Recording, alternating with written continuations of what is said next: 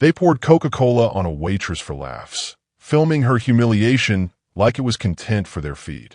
Just another servant they could degrade without consequence. What they didn't know, her husband controlled every permit, every shipment, every construction crew in the city, and he just watched the video. If you're enjoying this story, don't forget to hit that subscribe button, like the video, and comment where you're watching from. Your support helps us bring more powerful stories. And trust me, you won't want to miss them. Now, let's go back to hours before, where it all started. Lisa Baecker had been on her feet for 6 hours straight. The Grand Meridian's crystal ballroom blazed under cascading chandeliers as the city's elite celebrated themselves at the annual Roth Foundation Gala. Silk gowns swept across polished marble. Champagne flutes caught the light like tiny prisms. Laughter echoed off gilt-edged walls. The kind of laughter that came from people who'd never worried about rent. Lisa moved through it all like a shadow, refilling wine glasses, clearing half-eaten plates of food that cost more than her grocery budget. Invisible to the people whose pocket change could cover her student loans 3 times over. She didn't mind being invisible. Invisible meant safe. Invisible meant she could finish her shift, collect her paycheck, and go home to the man who made her feel seen. Water, table 12, her manager Marco hissed, snapping his fingers like she was a dog. And smile. These people are funding your paycheck. Lisa nodded, balancing a silver tray as she navigated between Armani suits and Valentino heels. Table 12 was trouble. She'd known at the moment she'd taken their cocktail order. For men in their mid-20s, dressed in custom tuxedos that screamed family money. They'd been drunk since the reception hour, celebrating what they called the Riverside Tower expansion, some real estate deal that would probably displace a few hundred families. Their laughter had teeth in it, the kind that came from people who'd never been told no, never been denied, never faced a single consequence. About time, one of them drawled as Lisa approached. His name tag read Ethan Roth in embossed gold lettering. Dark hair slicked back, a jawline that probably got him modeling offers. A Patek Philippe watch glinting on his wrist, the kind that cost 6 figures. Thought we'd die of thirst waiting for you. My apologies, sir. Lisa kept her voice neutral. Professional. Years of service work had taught her the art of swallowing pride. Can I get you anything else? As she poured sparkling water, Ethan grabbed his friend's phone, scrolling through something that made the whole table erupt. Lisa caught a glimpse. Photos of themselves posing with bottles at some club, making exaggerated faces. Rich boys playing at Rebellion. Lisa, right? Ethan squinted at her name tag, his breath reeking of whiskey. Pretty name. You got a boyfriend, Lisa. I'm married, sir. Mary? His friends gasped like she'd announced she had a terminal illness. Poor bastard. What's he do? Let me guess. Drives a truck? Works construction. Lisa's jaw tightened. He works in logistics. The table exploded with laughter. Logistics, one of them wheezed, slapping the table. That's a fancy word for moving boxes, right? She said nothing. The water pitcher was empty. She should leave. Wait. Ethan stood up, swaying slightly. The room was loud enough that most people didn't notice. I got a question for you, Lisa. Ethan, sit down, one of his friends muttered, but he was grinning, phone already raised. When you go home tonight, Ethan continued, louder now, you're going to tell your logistics husband about us, about how you spent all night serving people who'll never even remember your name. A few nearby tables glanced over. An older woman in pearls frowned, but said nothing. Lisa's heartbeat hammered in her ears. Have a good evening, gentlemen. She turned to leave. Hey, I'm talking to you. What happened next took 3 seconds, but Lisa would remember it frame by frame for the rest of her life. Ethan grabbed a glass bottle of Coca-Cola from the table, one of the novelty bottles they'd ordered as mixers, the kind with the old-fashioned logo. He took 2 steps forward, and then, while his friends howled with laughter and another raised a phone to record, he tipped the bottle over Lisa's head. The soda was ice cold, shockingly, violently cold. It poured down her face in a sticky, carbonated torrent, down her neck, soaking through her white uniform blouse, making the fabric cling to her skin. Ice cubes pelted her shoulders and clattered across the marble floor. The sound echoed, glass on stone, laughter, a woman's shocked gasp. The nearby tables went silent. Women stared. Men looked away. Someone's date covered her mouth with manicured fingers, eyes wide with secondhand shame. Lisa stood frozen, Coke dripping from her hair, her eyelashes pooling at her feet. She couldn't breathe, couldn't think. The humiliation was a physical thing, crushing, suffocating, a weight pressing down on her chest until the glittering ballroom blurred at the edges. Ethan's friends were dying. One of them fell back in his chair, gasping. "Oh my God, dude, did you get that? Send it to the group chat. What is going on here?" Marco appeared, face flushed, eyes darting between Lisa and the Roth table.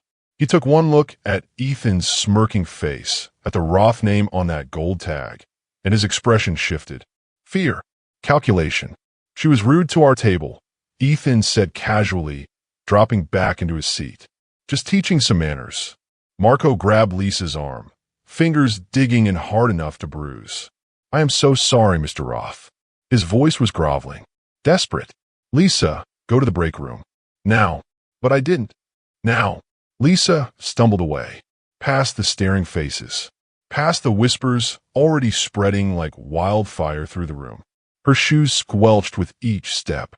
An elderly man in a tuxedo looked at her with something like pity, then turned back to his conversation. No one said anything. No one helped. In the staff bathroom, Lisa locked the door and stared at her reflection. Coca-Cola matted her dark hair into sticky clumps. Her mascara ran in black rivers down her cheeks. The blouse she'd ironed so carefully that mourning was ruined, transparent, clinging. She didn't cry. She'd learned years ago that crying changed nothing. Her phone buzzed. A text from her husband. "How's work, love?" Lisa stared at the screen. Her fingers hovered over the keyboard. She could tell him. She could tell Gregory everything. But then what? People like the Roths didn't face consequences. They owned buildings like this one. They owned managers and city councilmen and probably half the permits office. If she complained, she'd lose her job. If Gregory complained, they'd laugh him out of the room. A construction guy going after a billionaire family. No, better to stay quiet. Better to survive. She typed back, long shift. Home by 11. Love you. She threw the ruined blouse in a trash bag, changed into her backup uniform from her locker, and returned to her shift with her head down and her shame burning like acid in her throat. What Lisa didn't know, what none of them knew, was that Merrick, the young busboy who'd always been kind to her, who brought her coffee during double shifts, had watched the whole thing from the service entrance. Merrick, who was furious enough to do something reckless. Merrick, who knew exactly who Lisa Baecker was married to. And by dawn, a grainy video of Ethan Roth pouring soda on a waitress would be sitting on the desk of Gregory Nazar, the man who controlled every concrete pour, every steel beam, every construction permit in the city. The man who built the foundations this city stood on. The man whose wife had just been humiliated in front of the people who thought they ran things. But that night, as Lisa rode the subway home with damp hair and a hollow feeling in her chest, she had no idea that in less than 7 days, the Roth family would learn a lesson they'd never forget. Some people are invisible because they choose to be, and some people are invisible because that's how they prefer to operate, until someone crosses the line. Gregory Nazar was about to become very, very visible. The estate sat 20 miles outside the city, hidden behind iron gates and a quarter-mile driveway lined with oak trees. From the road, it looked like old money, classical architecture, manicured hedges, the kind of property that suggested inheritance rather than ambition. Inside, Gregory Nazar sat in his study, reviewing spreadsheets by lamplight. At 35, he looked like someone who'd earned every scar. Dark hair cropped short, ink covering both forearms, geometric patterns that disappeared under rolled sleeves. A jaw that could have been carved from stone. He wore simple clothes, dark jeans, a black Henley. No jewelry except a plain wedding band. On paper, Gregory Nazar ran a logistics and construction company called Nazar Solutions. They handled supply chains, material procurement, project coordination, legitimate work, clean contracts, tax returns filed on time. In reality, Gregory controlled something far more valuable, the invisible infrastructure that made the city function. Every cement truck that rolled at dawn, every steel shipment that arrived on schedule, every permit that moved from pending to approved. He didn't own the system. He was the system. A quiet hand on every lever that mattered. People who understood how things really worked knew his name. People who didn't never heard it. That's how Gregory preferred it. He reviewed a projected timeline for a municipal project, red pen marking adjustments, when his phone buzzed. A text from Jonas, his longest-serving lieutenant. Need you to see something. Coming to you. Gregory frowned. Jonas knew better than to interrupt evening reviews unless it mattered. 20 minutes later, Jonas arrived, a broad-shouldered man in his 40s with the careful posture of someone who'd spent years in military service. He carried a tablet, like it contained evidence at a crime scene. This came from Merrick, Jonas said without preamble, setting the tablet on Gregory's desk. The busboy at the Meridian. He sent it to Carlo, who sent it to me. Happened 3 hours ago. Gregory tapped the screen. The video was short. Shaky phone footage shot from service entrance. The timestamp read 8:47 p.m. The ballroom's glittering backdrop. A young man in a tuxedo standing, laughing. A woman in a white uniform blouse standing in front of him, tray in hand. Then the pour. Gregory watched the Coca-Cola cascade over his wife's head. Watched her freeze. Watched the ice cubes scatter across marble while people laughed. Watched the moment her shoulders pulled inward. That small, instinctive movement she made when she was trying not to break. He watched it twice. No expression crossed his face. No anger. No shock. Only his jaw tightened, muscle flexing beneath skin. Jonas stood silent, waiting. Who is he? Gregory's voice was quiet. Controlled. Ethan Roth, son of Charles Roth. The Roth Group? Real estate and investment firm. Worth about $2 billion, give or take. They're doing the Riverside Tower project and that mixed-use development on 10th Avenue. Gregory set the tablet down carefully, like it might shatter. She texted me 2 hours ago. Said work was fine. She wouldn't tell you. Jonas's voice was flat. You know, Lisa, she'd handle it herself before she'd ask you to handle it for her. That's the problem. Gregory stood, walking to the window overlooking the estate's grounds. Outside, security lights illuminated the perimeter. Everything in order. Everything controlled. Except this. She thinks people like them don't face consequences, Gregory said. She thinks keeping quiet keeps her safe. Does she know what you do? She knows I run construction logistics. She knows I solve problems. Gregory turned back. She doesn't know how I solve them. And I've worked hard to keep it that way. Jonas nodded. In 15 years of working together, he learned when to speak and when to wait. Gregory pulled his phone from his pocket, opened a secure messaging app, and typed a brief message to 3 names. Then he looked at Jonas. I need background on the Roth Group. Every project they're running. Every contractor they're using. Every permit they're waiting on. Every supplier. Every investor. Every bank holding their paper. I want to know where they're vulnerable. How deep? Deep enough to squeeze. Gregory's voice was still calm. Almost gentle. And I need it by morning. Jonas pulled out his own phone, already typing. The Riverside Tower project uses our concrete supplier. They're waiting on steel shipments from Bremen Metalworks. Carlo's cousin runs logistics for that route. The 10th Avenue site needs permits from the city zoning board, and we know how that process works. Good. Gregory walked back to his desk, the video still frozen on the tablet screen. His wife's face caught mid-humiliation. No one humiliates family. Ever. It wasn't a threat. It was simply the way Gregory saw the world. A series of rules that kept things running smoothly. Cross those rules, face the consequences. The consequences didn't need to be loud. They just needed to be inevitable. What's the play? Jonas asked. Gregory was silent for a long moment, staring at the frozen image. Then he closed the tablet. We don't touch him. Not directly. That's not how this works. He sat back down, picking up his red pen. But the Roth Group has projects moving. Projects that depend on schedules, permits, supply chains. Projects with investors who get nervous when timelines slip. Pressure points. Exactly. Gregory made a note on the spreadsheet in front of him. a small mark that would ripple into something much larger. We make things difficult. Delays.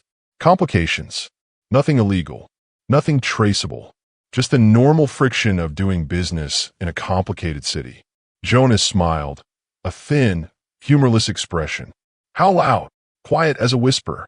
Gregory looked up, but loud enough that Charles Roth hears it in his sleep. And the sun? Gregory's expression didn't change, but something cold settled behind his eyes. Ethan Roth just became his father's biggest liability. Let's see how the family handles that. Jonas turned to leave, then paused at the door. Lisa doesn't know you're doing this? No. Gregory's voice was firm, and she won't. She goes to work tomorrow like nothing happened. She keeps her normal life. That's the point. And if she asks, then I'll tell her the truth. Sometimes problems solve themselves. Gregory returned to his spreadsheet, red pen moving across projected timelines. Now go. I want that background by 6 a.m. Jonas nodded and left, footsteps fading down the marble hallway. Gregory sat alone in the lamplight, the study silent except for the grandfather clock ticking in the corner. He didn't watch the video again. He didn't need to. The image was burned into his memory, his wife's face, dripping with soda and humiliation, while people who'd never worked a day in their lives laughed like it was entertainment. He picked up his phone and opened his text chain with Lisa. Her last message, long shift. Home by 11. Love you. His reply, sent 3 hours ago. Drive safe. I'll wait up. She'd be home in an hour. She'd probably shower immediately, trying to wash away the night. She'd smile and tell him it was fine, just a long shift, nothing worth mentioning. And he'd hold her and pretend he believed it. Tomorrow, the Roth group would wake up to discover that 3 separate shipments had been rerouted due to logistical errors, that a key permit had been flagged for additional review, that a primary investor had received an anonymous tip about project timeline concerns. By the end of the week, Charles Roth would be scrambling, and Ethan Roth would learn that some people couldn't be humiliated without cost. Gregory set down his pen and closed the laptop. Outside, gravel crunched, Lisa's car pulling up the driveway. He stood, straightened his shirt, and went to meet his wife at the door. The man who just set a quiet war in motion smiled as the front door opened. Hey, love, he said softly. How was your night? Lisa looked up at him, hair still damp from a hasty wash in the staff bathroom, eyes tired but trying to smile. Long, really long. Gregory pulled her into his arms, breathing in the faint scent of industrial soap and something sticky sweet she hadn't been able to wash out completely. He held her a beat longer than usual. You okay? He asked. Just exhausted. She pulled back, forcing brightness into her voice. I'm going to shower and crash. How was your day? Quiet. Gregory lied. Just paperwork. She kissed his cheek and headed upstairs, her footsteps heavy on the hardwood. Gregory watched her go, then returned to his study and opened his laptop. The war had already begun. Lisa returned to work 3 days later for the weekend shift. The moment she walked through the staff entrance, she felt it. The shift in atmosphere, the sideways glances, the whispered conversations that stopped when she got too close. In the break room, 2 servers huddled over a phone, scrolling. They looked up when Lisa entered, and one of them quickly darkened the screen. Hey, Lisa, the older one, Carmen, said carefully. Too carefully. Hey. Lisa opened her locker, pulling out her apron. What's going on? Nothing. Just, gossip. But it wasn't nothing. Lisa could feel it in the weight of their stares, in the way they exchanged glances she wasn't supposed to catch. She tied her apron and headed to the floor. Marco intercepted her before she reached the dining room, gripping her elbow and steering her toward the manager's office. Inside, he closed the door and turned to face her, expression tight. Lisa, we need to talk. Her stomach dropped. Am I being fired? No, nothing like that. Marco rubbed his face. It's about the incident. From Tuesday night. I didn't do anything. I know. He held up his hands. But there's a video. Someone recorded it and posted it online. It's getting attention. Lisa's blood went cold. What kind of attention? The kind that has corporate calling me every 3 hours asking for statements. Marco's voice dropped. Look, I need you to keep your head down. Don't talk to anyone about it. Don't post on social media. Don't engage if people recognize you. For everyone's sake, we need this to blow over quietly. For everyone's sake, Lisa repeated slowly. Or for the Roth Foundation's sake? Marco's silence was answer enough. They poured soda on me, Marco, on camera. And now I'm supposed to stay quiet so they don't look bad? I'm just trying to protect your job, Lisa. His voice was strained. The Roths are major donors. If this becomes a thing, if you make noise, corporate will find a reason to let you go. You know how this works. She did. She hated that she did, but she did. Fine, she said quietly. I'll keep my head down. The video had 17,000 views by Monday morning. Lisa discovered this during her lunch break, when she finally worked up the courage to search for it. Someone had titled it, "Rich Kid Dumps Coke on Waitress at Charity Gala. Disgusting." The comments were a mixture of outrage and dark humor. Tell me you've never worked a day in your life without telling me. I hope someone IDs this guy. She handled that with more grace than I would have. Someone had already identified Ethan Roth. His Instagram was flooded with angry comments. He'd made his account private, but screenshots circulated, photos of him on yachts, holding bottles of champagne, captioned with things like "living my best life." Lisa closed her phone, nauseous. While Lisa endured stares and whispers at work, the Roth Group's week was unraveling in slow motion. Monday morning, a shipment of structural steel from Bremen Metalworks, critical for the Riverside Tower project, was rerouted to a warehouse in Pennsylvania due to what the logistics company called a scheduling conflict. The new delivery date, 3 weeks out. Charles Roth's project manager made furious calls. Bremen apologized profusely, cited computer errors, promised to investigate. The steel didn't move. Tuesday afternoon, the city zoning board flagged the 10th Avenue permits for additional environmental review. No explanation, no timeline, just a polite letter stating that the application required further assessment before approval could proceed. Charles's lawyer spent 2 hours on the phone with the zoning office. Got transferred 4 times. Was told the reviewer handling the file was out on personal leave. Wednesday morning, 2 concrete suppliers, both contracted for upcoming pours, reported unexpected shortages due to supply chain disruptions. They couldn't commit to delivery dates. They suggested the Roth Group find alternative vendors. Finding alternative vendors took time. Time meant delays. Delays meant angry investors. By Thursday, the Roth Group senior team was in emergency meetings trying to understand why 3 separate projects were suddenly encountering simultaneous complications. It's got to be union pushback, Ethan's uncle suggested during a tense conference call. Maybe they're pissed about the wage negotiations. Union doesn't control zoning permits, Charles snapped. Then it's bad luck. Happens in construction all the time. Charles didn't believe in bad luck, but he also didn't see a pattern. Not yet. On Wednesday evening, Gregory sat in a corner booth at Sal's Diner, a forgettable place on the edge of the industrial district where city workers grabbed coffee before shift changes. Across from him sat Ray Kowalski, a 15-year veteran of the city permits office. Thinning hair, tired eyes, a wedding ring that looked like it had been worn for decades. Ray stirred his coffee and didn't make eye contact. "I heard you wanted to meet," he said quietly. "Just checking in."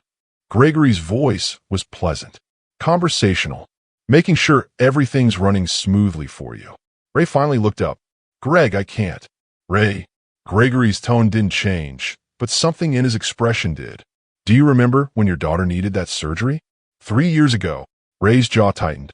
"You remember who made sure the hospital didn't send that bill to collections when your insurance denied the claim?" Gregory leaned forward slightly. "You remember who made sure you had time to appeal without drowning?" "I remember." "Good." Gregory sipped his coffee. "Because I remember too. And I remember that you said if I ever needed anything, you'd be there." Ray was quiet for a long moment. "Then what do you need?" "The Roth Group has permits pending for 10th Avenue. I need them stuck in review.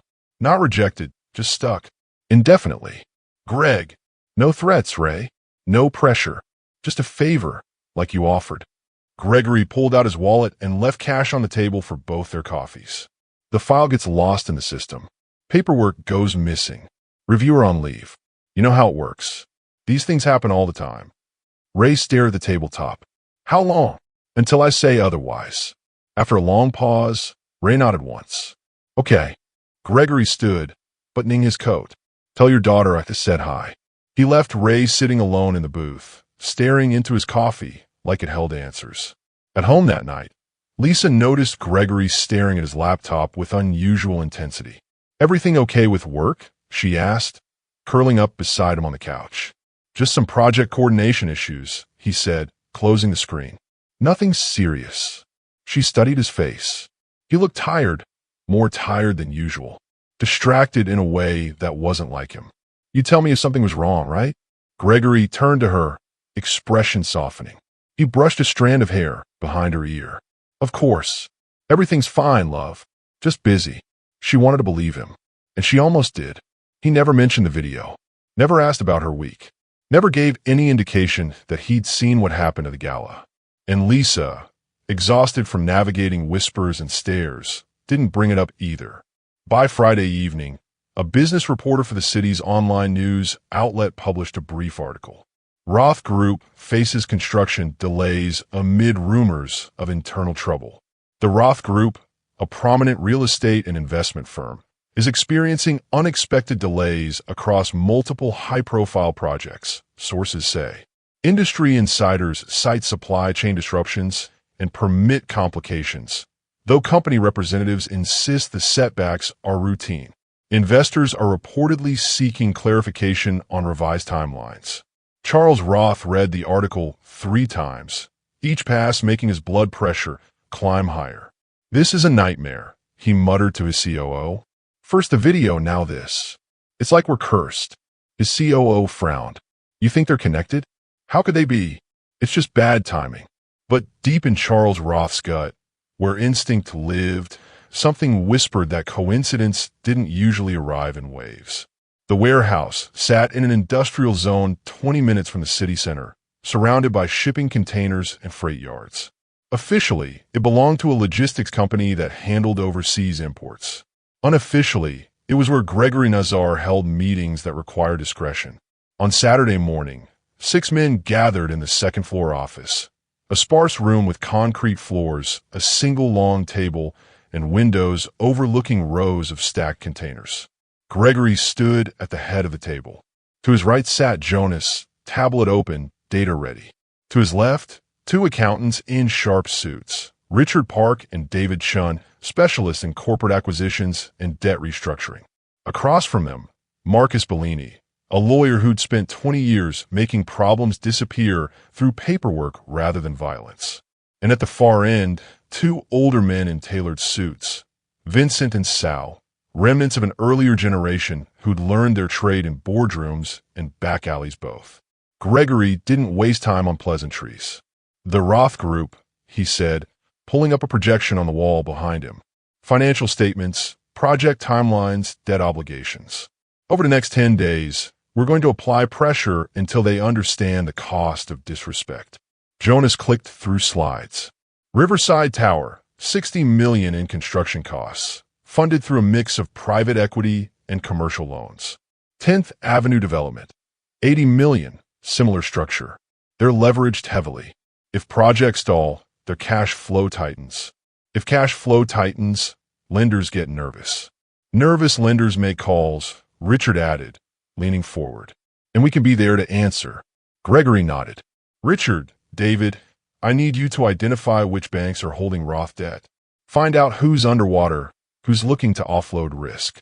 We buy anything that's vulnerable. Distressed notes, stalled projects, anything that gives us leverage.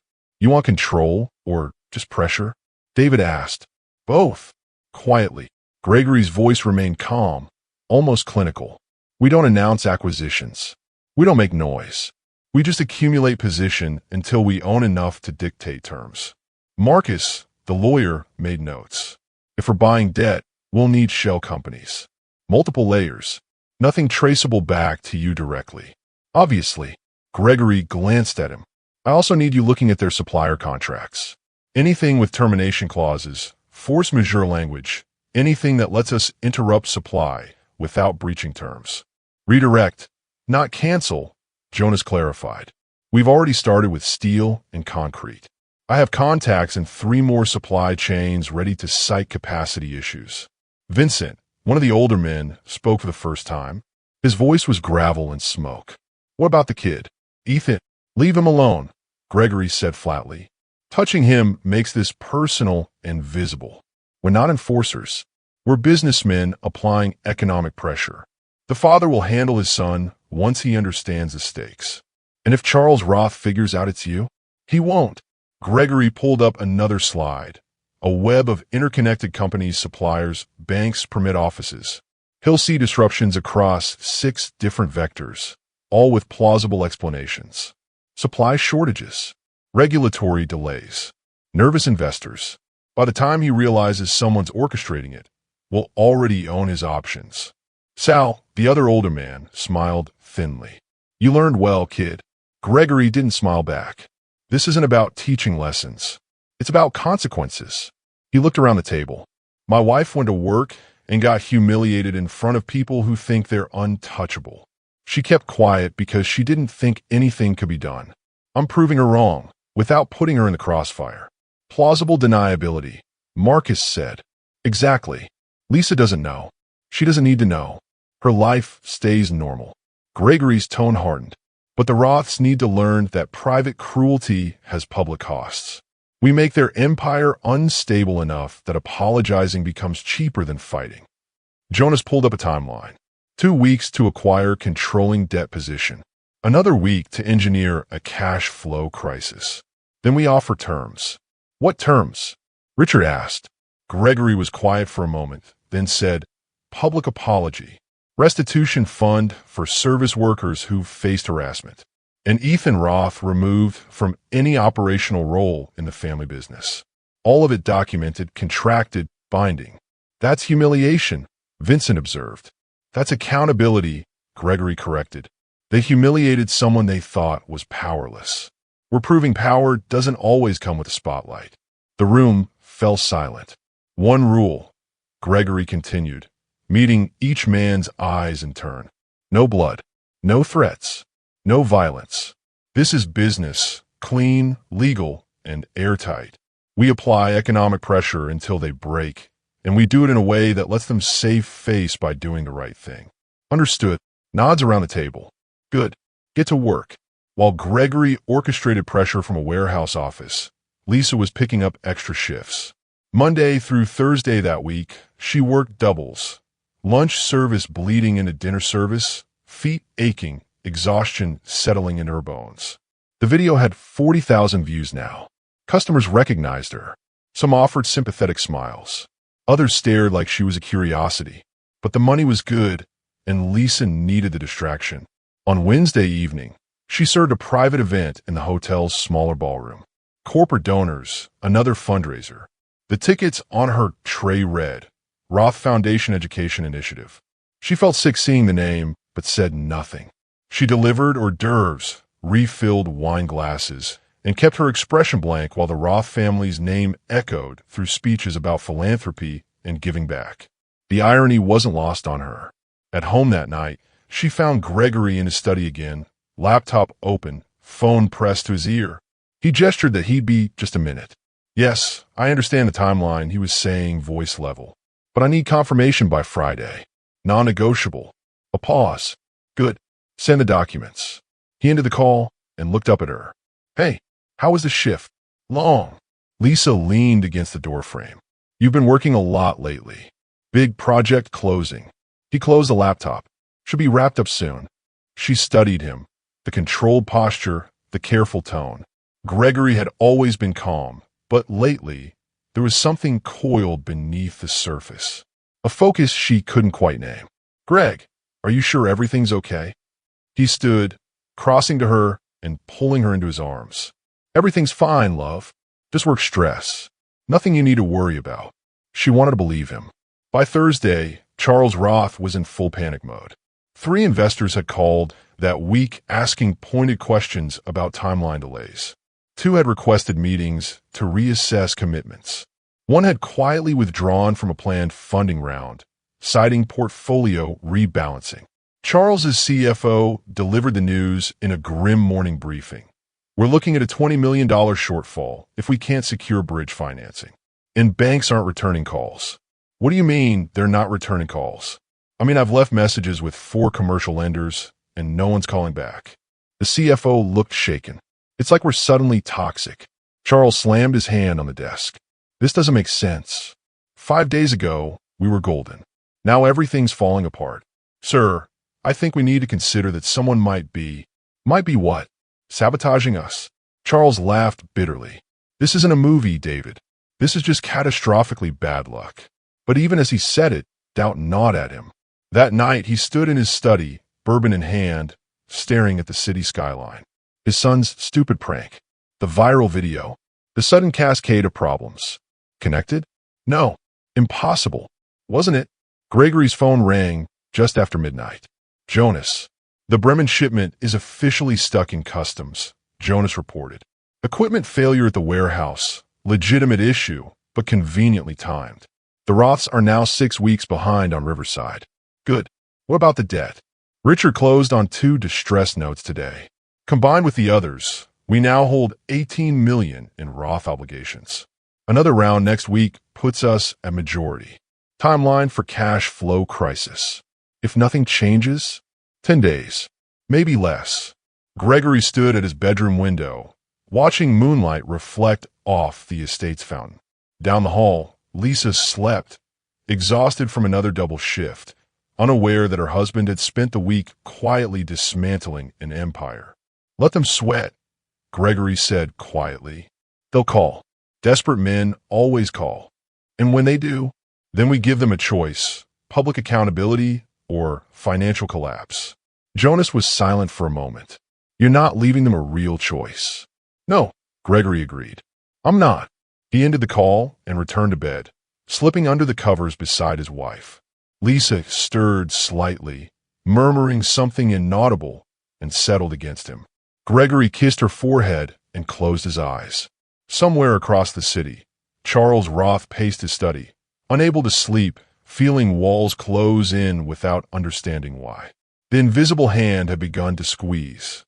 By Monday morning, the news had spread beyond industry whispers.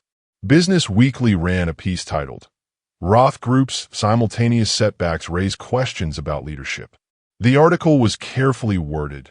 No accusations, just pointed observations about missed deadlines, investor concerns, and a troubling pattern of operational failures. The Roth Group's PR team scrambled. They issued a statement citing temporary supply chain challenges affecting the entire construction sector and promised that projects remained on track for revised completion dates. No one believed them. By Tuesday, 2 more investors had pulled funding. A third demanded an emergency board meeting to discuss risk mitigation strategies. Charles barely slept. He held calls at dawn, meetings through lunch, conference calls that stretched past midnight. Every conversation felt like damage control. Every answer felt inadequate. And through it all, his son's face kept appearing on his phone. Viral video thumbnails, screenshots, memes. The video had crossed 2 million views. Ethan Roth had initially laughed off the backlash. It's just internet noise, he told his friends at a club the weekend after the incident. People will forget in a week. But they didn't forget. His Instagram, formerly filled with adoring comments from influencers and party photos with thousands of likes, became a war zone. Every new post got flooded within minutes. This you pouring Coke on a waitress? Entitled trash. Hope you lose everything. Rich boy thinks he can humiliate working people. Disgusting. He made his account private. They found his Twitter. He deleted Twitter. They found his LinkedIn. Screenshots circulated faster than he could contain them. By week 2, gossip blogs were running features. Who is Ethan Roth? Inside the privileged life of the viral Coke pour-air. They dug up old photos. Ethan on yachts. Ethan at exclusive clubs. Ethan posing with bottles of champagne that cost more than most people's rent. His friends stopped inviting him out. His girlfriend posted a vague Instagram story about surrounding herself with better energy and stopped returning his calls. Ethan sat in his apartment, scrolling through endless condemnation, and for the first time in his life, felt something unfamiliar. Consequences. Lisa experienced the viral fame differently. On Tuesday afternoon, She stopped at a coffee shop near her apartment. While waiting for her order, a young woman approached, mid-20s, nervous smile. "Excuse me, are you the waitress?" From the video. Lisa's stomach dropped. I just wanted to say you handled that with so much grace." The woman's eyes were sincere. "I've worked service jobs my whole life, and what you went through. I'm so sorry. You didn't deserve that." "Thank you," Lisa managed, throat tight. The barista called her name. As Lisa reached for her coffee, the barista, a guy with sleeve tattoos and kind eyes, waved off her card. "On the house," he said quietly. Service workers look out for each other. Lisa left the shop feeling exposed, like her skin had been peeled back and everyone could see inside. She wasn't a hero. She wasn't brave. She was just a woman who'd been humiliated and was trying to survive it. Walking home, she passed a newsstand.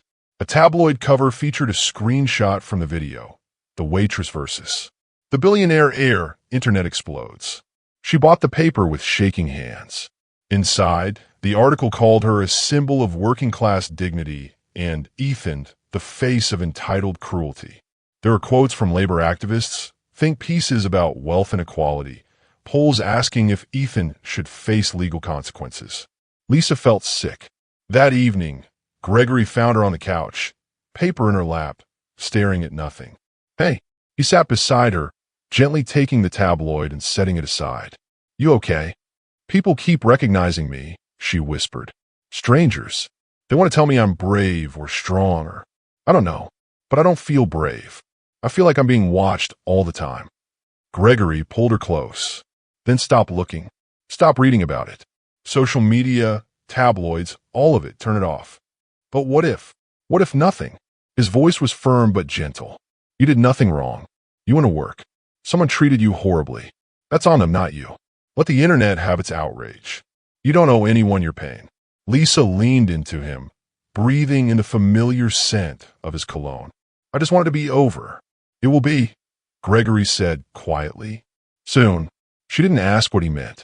On Wednesday morning, Charles Roth finally demanded action. "I want a meeting with the City Construction Authority," he barked at his assistant. "Today. I don't care who you have to call." "Sir, I've tried." "They're not. I don't want excuses. Give me a meeting." 3 hours later, his assistant returned, pale. "They said the director is unavailable. They referred us to the deputy director, who's referred us to the permits office, who said we need to file a formal review request, which takes 4 to 6 weeks. 4 to 6, Charles slammed his desk. "We don't have 4 to 6 weeks. He called his lawyer. "Marcus, I need you to find out who's blocking our permits." "Charles, there's no indication anyone's." "Someone is." Charles's voice cracked slightly. "This isn't coincidence. Someone is doing this." Marcus was quiet. "I'll make some calls." By Thursday afternoon, Marcus called back. "Charles, I spoke to 3 contacts in the permits office. Unofficially, they all said the same thing. Your files are flagged for extended review." When I pushed for details, they got uncomfortable. One of them said, "Tell Roth to make some calls. Someone downtown wants him to understand he's not untouchable." "Who? Who said that?" He wouldn't say. "But Charles." Marcus paused. "Someone with serious pull is applying pressure. This isn't random bureaucracy." Charles felt his world tilt. "Find out who." "I'm trying. But whoever it is, they're operating through intermediaries. Shell companies. Favors. There's no direct trail." After the call ended, Charles stood at his office window, watching construction sites across the city. Cranes moving, trucks rolling, the machinery of development that usually answered to families like his. For the first time in his career, he felt powerless. Gregory's phone rang Friday evening. Unknown number. He answered on the 3rd ring. "Gregory Nazar?" The voice was shaking. Exhausted. "Charles Roth. Speaking. You don't know me, but I think you know why I'm calling." Charles's words came fast, desperate. "My business is falling apart. Project stalled. Investors pulling out, permits blocked. And I've been told that someone downtown is orchestrating it." Gregory said nothing. "I don't know what I did," Charles continued, voice breaking. "I don't know how I offended you or why you're targeting my family, but I'm asking, begging, for a chance to make this right. Name your price. Whatever you want." Gregory walked to his study window, looking out at the estate grounds bathed in evening light. Not money, he said quietly. Then what? What do you want? Respect. The word hung in the air like a verdict. You see, Mr. Roth, 2 weeks ago your son poured soda over a woman's head at a charity gala. Humiliated her in front of your elite friends while someone recorded it for entertainment. That woman was my wife. The silence on the other end was absolute. You want to know why your empire is crumbling? Gregory's voice remained calm, almost gentle. Because you raised a son who thinks cruelty is consequence-free. Because you operate in a world where working people are invisible until they're inconvenient. I'm teaching you a different lesson. Please, Charles's voice cracked. Please, I didn't know. Ethan's actions. He's young, stupid. I'll handle him. I swear. Just tell me what you need. I'll be in touch with terms, Gregory said. Until then, watch your empire fall and understand that power without respect is just noise. He ended the call. Across the city, Charles Roth collapsed into his office chair, phone trembling in his hand, finally understanding that he'd gone to war with a ghost, and lost before he even knew the fight had begun. The next 72 hours moved with surgical precision. On Saturday morning, Richard Park walked into the Manhattan offices of Piedmont Commercial Bank, carrying briefcases full of documents. He met with a senior loan officer in a conference room with frosted glass and spoke in the calm, measured tones of someone offering a lifeline. Your Roth Group notes, Richard said, sliding a folder across the table. I represent a consortium interested in acquiring distressed commercial debt. We're prepared to buy at 70 cents on the dollar. Cash settlement. Immediate close. The loan officer blinked. These loans aren't technically distressed. Yet, Richard smiled thinly. But your quarterly review is in 3 weeks, and the Roth Group has missed 2 milestone payments. Your risk management team is already flagging the portfolio. We both know where this goes. By Monday, Piedmont had sold $18 million in Roth obligations to a shell company called Meridian Capital Holdings. By Tuesday, 2 more banks followed. By Wednesday afternoon, Gregory Nazar, through a web of intermediaries so complex even forensic accountants would struggle to trace it, controlled $43 million in Roth Group debt. It was enough. In the Roth Group's glass-walled headquarters, panic had evolved into full crisis mode. Charles's CFO burst into his office Wednesday morning, face ashen. We have a problem. Another one? Charles didn't look up from the financial statements he'd been reviewing for the 3rd time. Someone's buying our debt. Not refinancing, buying.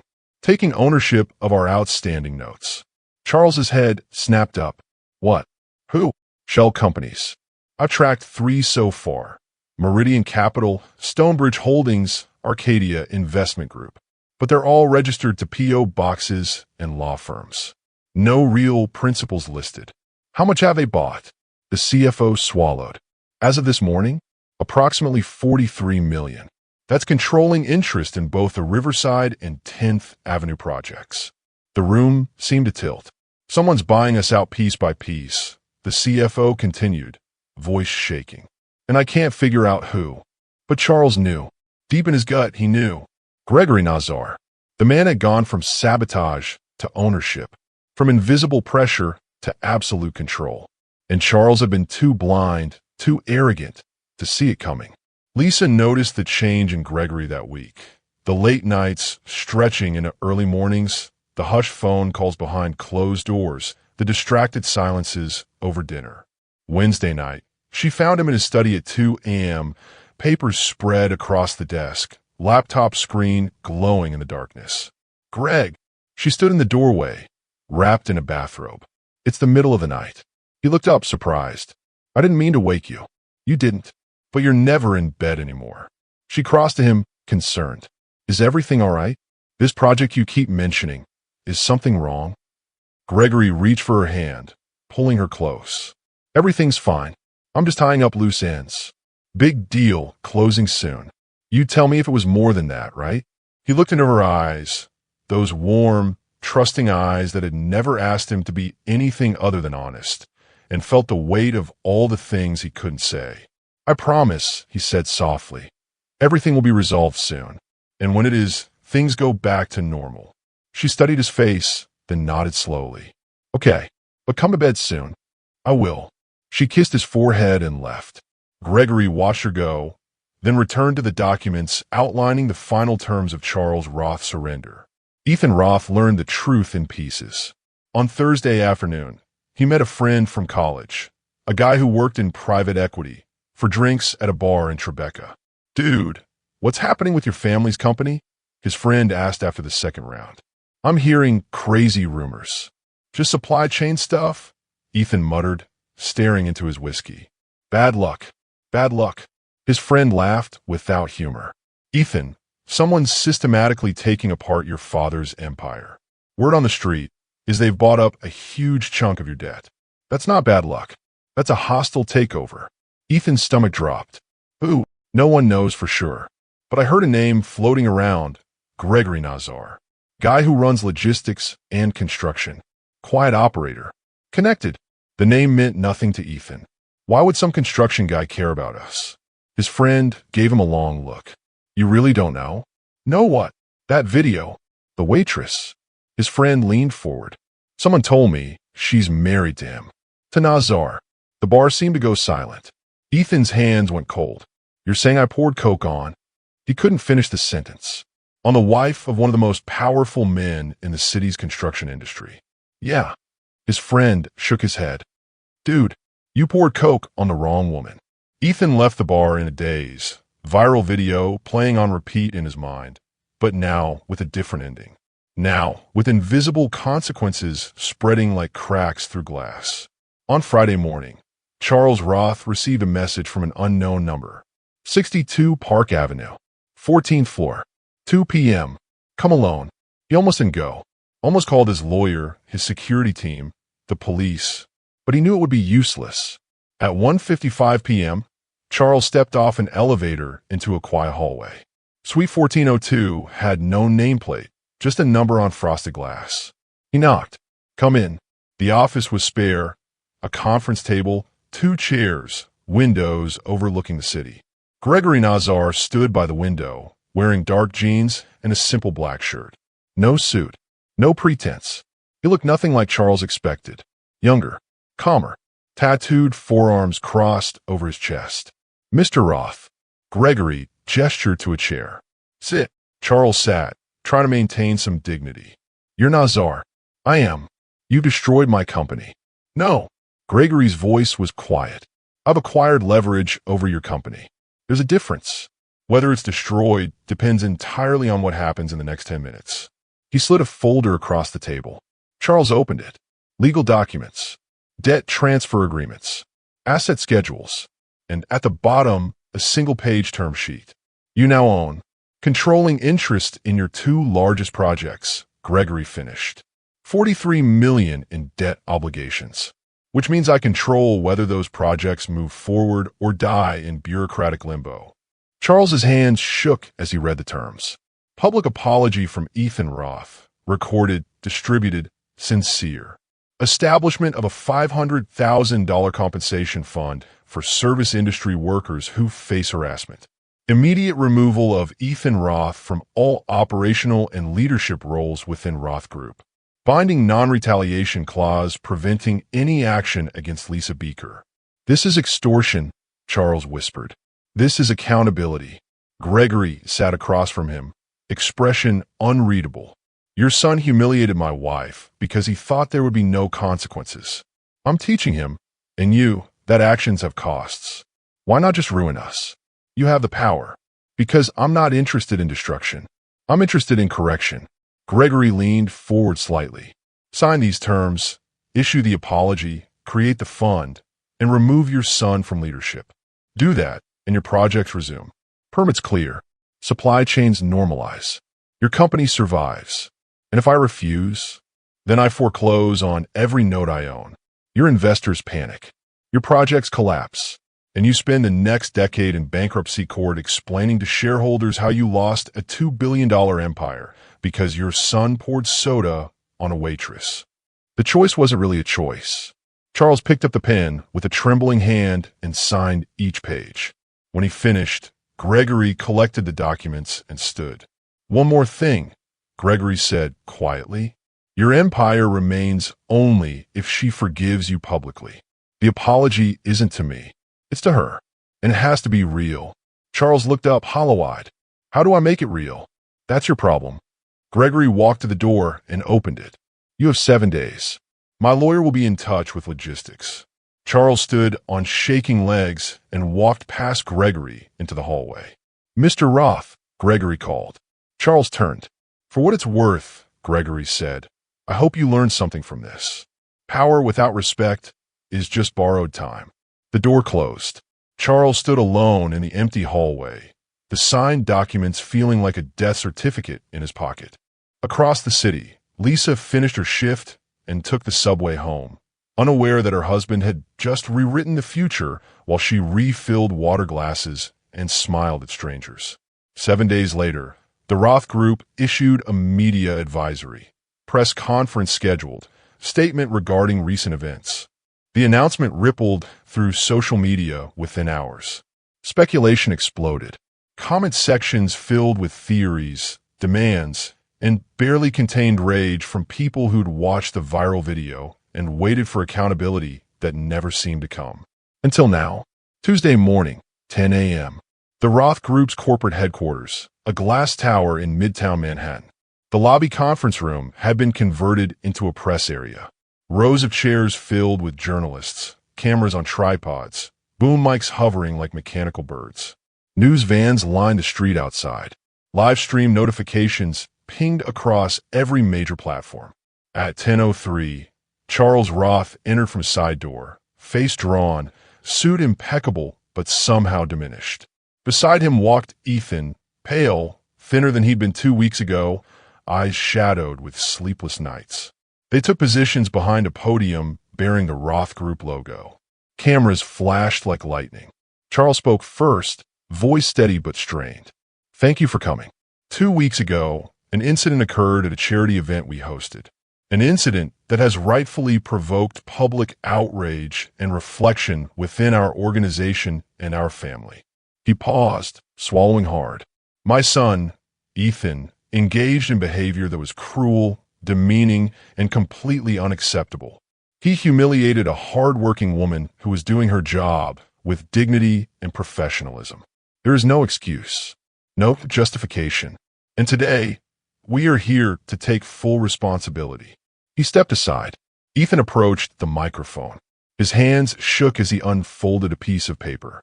For a moment, he just stood there, a young man who'd never faced real consequences now standing in front of the world's judgment.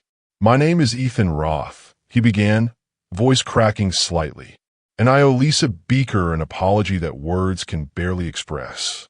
He looked down at the paper, then seemed to abandon it, meeting the cameras directly. What I did was wrong, not just inappropriate, wrong. I humiliated someone for entertainment. I treated her like she didn't matter, like her dignity was less important than a joke for my friends. His voice wavered.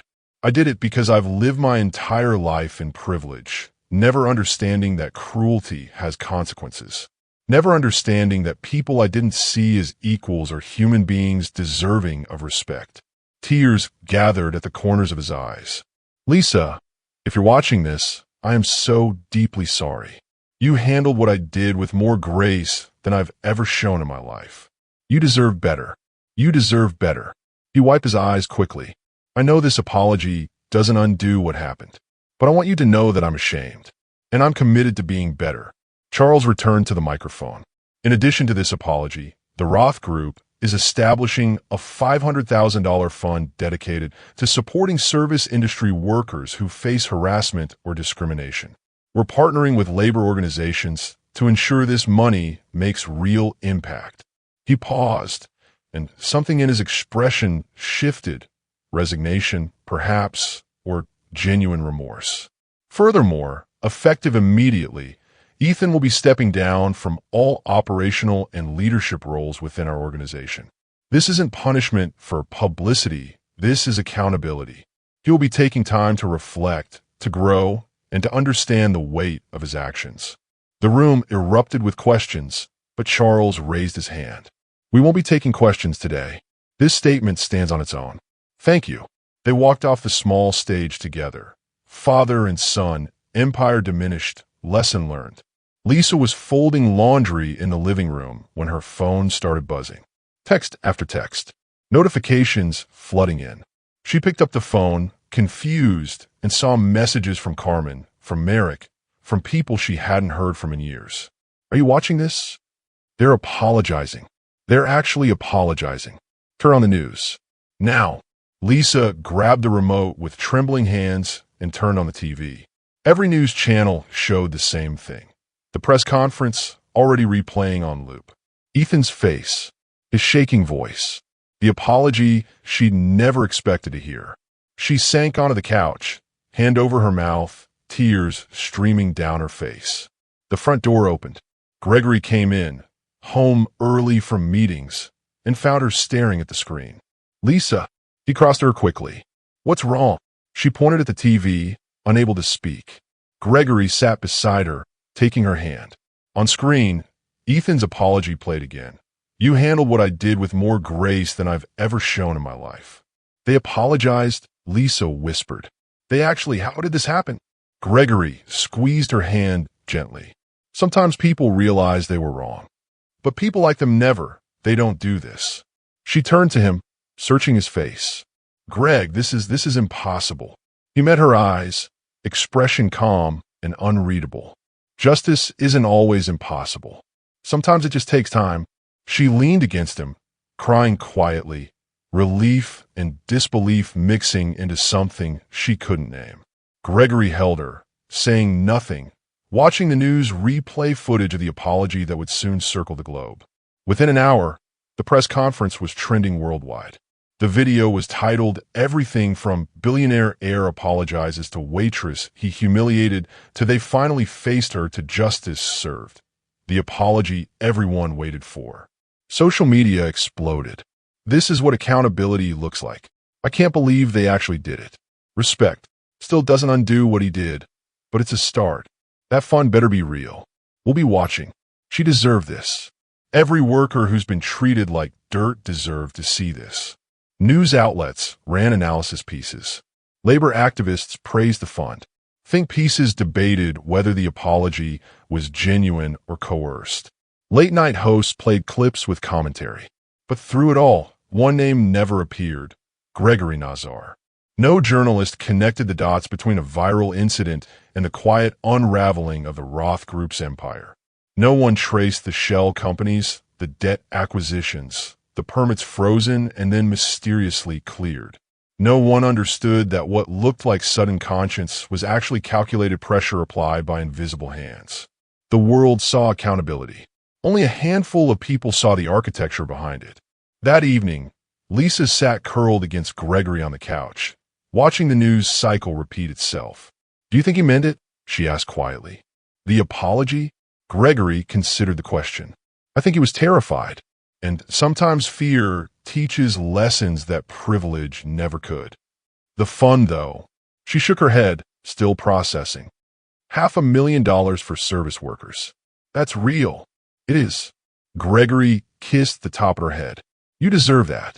Everyone who's been treated the way you were deserves that. She was quiet for a long moment. Then, Greg, I keep feeling like something bigger happened. Like this wasn't just them suddenly growing a conscience. He felt her shift against him, looking up at his face. Did you do something? She asked softly. Gregory met her eyes, those warm, trusting eyes that had cried in a bathroom 2 weeks ago, believing no one would care. I love you, he said simply, and I'll always protect you. That's all you need to know. It wasn't an answer, but it was the truth. Lisa studied his face for another moment, then nodded slowly and settled back against his chest. On screen, the apology played again. Cameras flashed.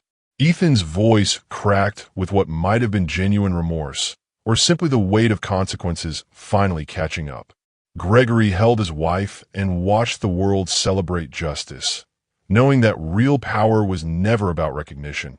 It was about results. The invisible hand had squeezed until something broke, and then it had disappeared, leaving only the lesson behind. 3 weeks after the press conference, Lisa returned to work at the Grand Meridian.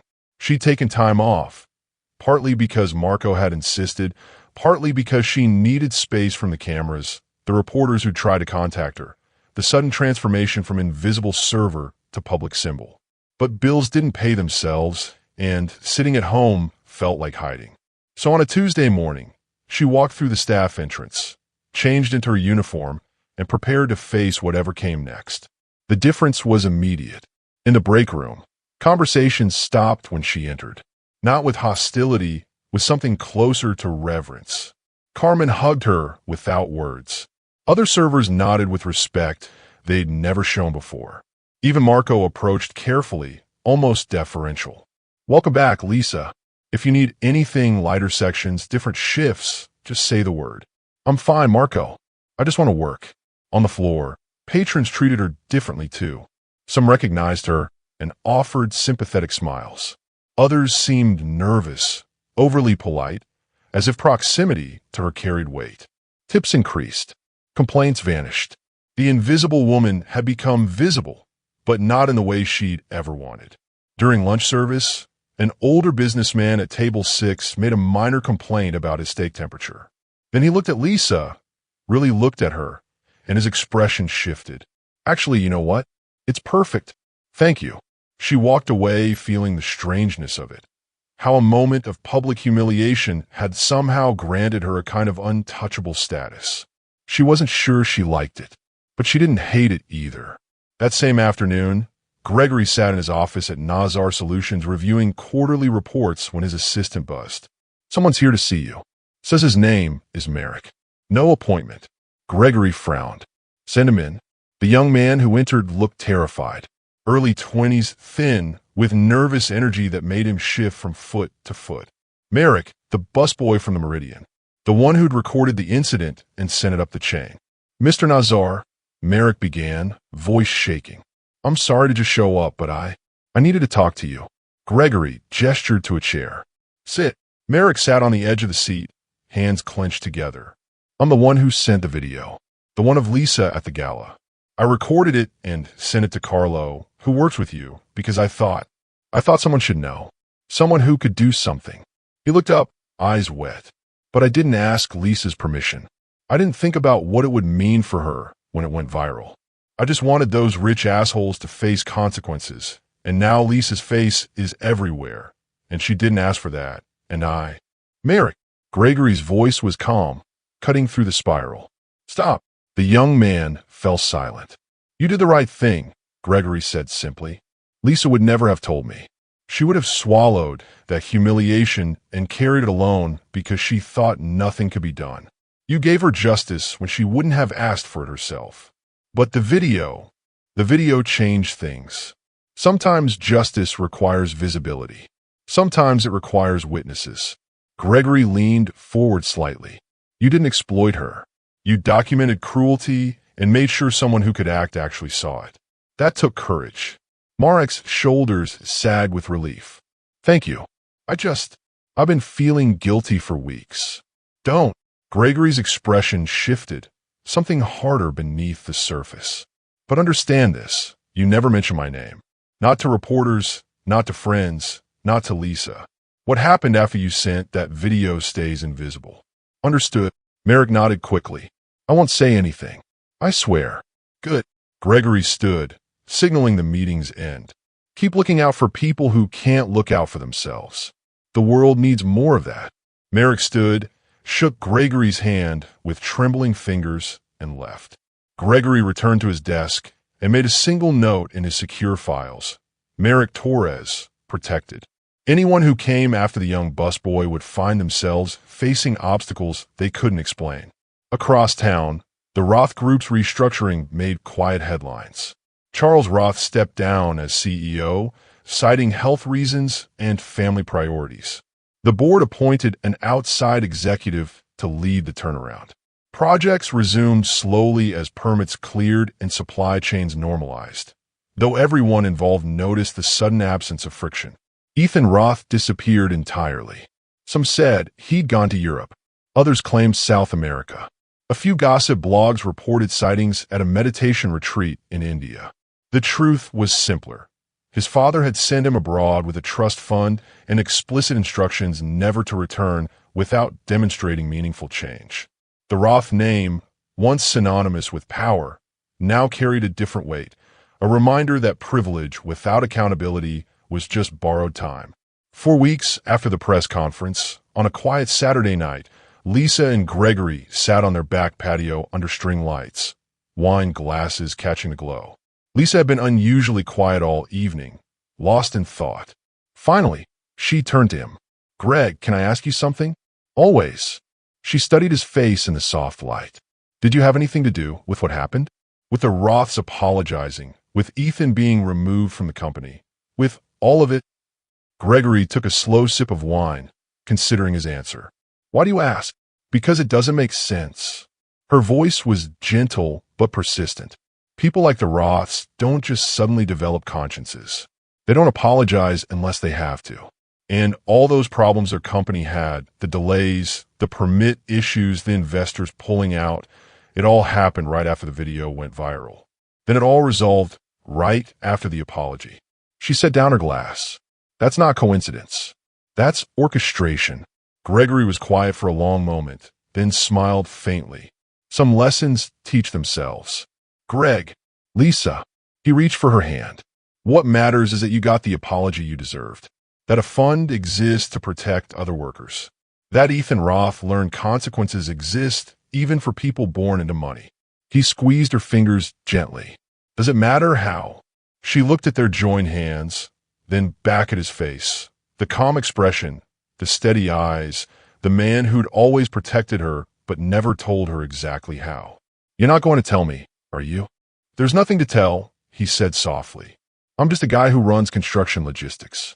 I move materials, coordinate schedules, solve problems. That's all." But the way he said it, the careful phrasing, the slight emphasis on solve problems, told her everything she needed to know. Lisa was quiet, processing. "Then, if you did do something, if you were involved somehow, thank you." Gregory lifted her hand and kissed it. "I love you. That's the only truth that matters." She nodded slowly, accepting the boundary he was drawing. Some things in their marriage would remain unspoken. Some doors would stay closed. And she realized she was okay with that, because whatever lived behind those doors had protected her when she couldn't protect herself. They sat together in comfortable silence, string lights swaying in the evening breeze. Lisa understood now that she'd married a man with two lives, the one he lived in daylight and the one that operated in shadows. The balance between peace and danger, between ordinary evenings on the patio and invisible empires bending to his will. It should have frightened her. Instead, it made her feel safer than she'd ever felt in her life. "Greg," she said softly. "Yeah. Whatever you are, whatever you do, I love you too." He pulled her close, and they sat beneath the stars while the city hummed in the distance, carrying on as if nothing had changed. But everything had changed. The powerful had learned that cruelty had costs, and one waitress had learned that sometimes love meant having a protector who moved through the world like a ghost, invisible until the moment he needed to be seen. Gregory drove alone through the city at dawn. The sun hadn't fully risen yet, just a pale glow behind buildings, turning the sky from black to deep blue. The streets were quiet except for the machinery of morning. Garbage trucks making rounds, delivery vans restocking bodegas, the first subway trains rumbling beneath pavement. And construction crews. Always construction crews. He passed a site on 8th Avenue where steel beams rose against the skyline, cranes silhouetted like mechanical giants. Workers in hard hats moved with practiced efficiency, thermoses in hand, voices calling across scaffolding. A cement truck idled at the curb, waiting for the pour that would lock another floor into place. Gregory knew the site, knew the contractor, knew which supplier provided the steel, and which permit officer had approved the variants that made the timeline possible. His empire hummed quietly beneath the city's surface, invisible threads connecting every piece, every person, every project that made the skyline grow. He'd built it deliberately, carefully, over 15 years of quiet accumulation, strategic relationships, and an understanding that real power didn't announce itself with headlines or boardroom theatrics. Real power was infrastructure, supply chains, the difference between projects that moved and projects that stalled. Real power was knowing exactly which lever to pull and when. Gregory hadn't always understood power. He'd grown up in a neighborhood where it was something other people had. Landlords who raised rent without warning, bosses who paid under the table and threatened deportation, developers who bulldozed buildings without caring who they displaced. His father had work construction, honest labor, brutal hours, a body that aged faster than it should. Gregory remembered him coming home exhausted, hands cracked and bleeding, back bent from carrying materials up scaffolding that wasn't up to code, but no one complained because complaining meant losing work. His mother cleaned offices downtown. The invisible kind of work where you scrub toilets in buildings owned by people who'd never learn your name. Gregory was 12 when a developer bought their apartment building and evicted everyone to convert it into luxury condos. 30 families displaced with 60 days' notice. His parents found a smaller place farther from the city, further from work, more expensive despite being worse. No one had cared. No one had faced consequences. The developer's son had shown up once during the eviction process, driving a sports car, laughing with friends while families carried boxes to the curb. Gregory had never forgotten that laugh. Years later, when he'd built his own network, when he'd learned how cities really worked, how power really moved, he made sure the developer's next 3 projects encountered unexpected complications. Permits delayed, suppliers unavailable, investors suddenly nervous. The developer never knew why, never connected his son's cruelty to his company's sudden struggles. But Gregory knew, and it had taught him a lesson. Power didn't require visibility. It required patience, precision, and an understanding that everyone depended on someone else. Find the dependencies. Control the dependencies. Change the world without ever taking credit. He pulled up outside Marco's diner, a small place in Queens where Lisa had worked during college, struggling to pay tuition while serving breakfast to construction workers and cab drivers. The diner wasn't open yet, but Gregory had a key, a gift from Marco himself, the owner who'd once needed help when his suppliers suddenly tripled prices and threatened his business. Gregory had made a phone call. The prices dropped. Marco had cried with gratitude and never asked how. Gregory let himself in through the back entrance, moved through the quiet kitchen, and approached the small office where Marco kept records. From his jacket, he pulled an envelope. Inside, $10,000 in cash and a typed note. For the staff fund. For the people who keep this place running. No questions, no recognition required. Just take care of them. He left the envelope on the desk and walked back out, locking the door behind him. By the time Marco arrived to open at 6 a.m., Gregory was already halfway across the city, heading home. The house was quiet when he arrived. He found Lisa in the kitchen, still in pajamas, hair pulled into a messy bun, making breakfast, eggs sizzling in a pan, coffee brewing, morning light filtering through curtains, making everything soft and warm. She looked up when he entered, smiling. "You're up early. Couldn't sleep." He kissed her forehead. "Thought I'd drive around, clear my head. Everything okay?" "Everything's perfect." He poured himself coffee and sat at the kitchen table, unfolding the morning paper. The front page of the business section caught his eye. Roth Group launches comprehensive ethics and workplace respect program. Following weeks of public scrutiny, the Roth Group has announced a new initiative aimed at promoting ethical behavior and respectful treatment of all workers. The program includes mandatory training for all employees, anonymous reporting systems, and partnerships with labor advocacy organizations. "We're committed to ensuring that the values we claim to hold are reflected in our actions," said interim CEO Margaret Lawson. Gregory read the article twice, then folded the paper and set it aside. Lisa brought plates to the table, scrambled eggs, toast, fresh fruit. Simple, domestic, ordinary. She sat across from him, and he noticed something in her expression, lightness. The tension she'd carried for weeks had eased. Her shoulders were relaxed. Her smile reached her eyes. "You look happier today," he said quietly. She considered this, then nodded. "I think I am. I don't know. It feels like things settled, like that chapter closed, and I can just move forward now. Good.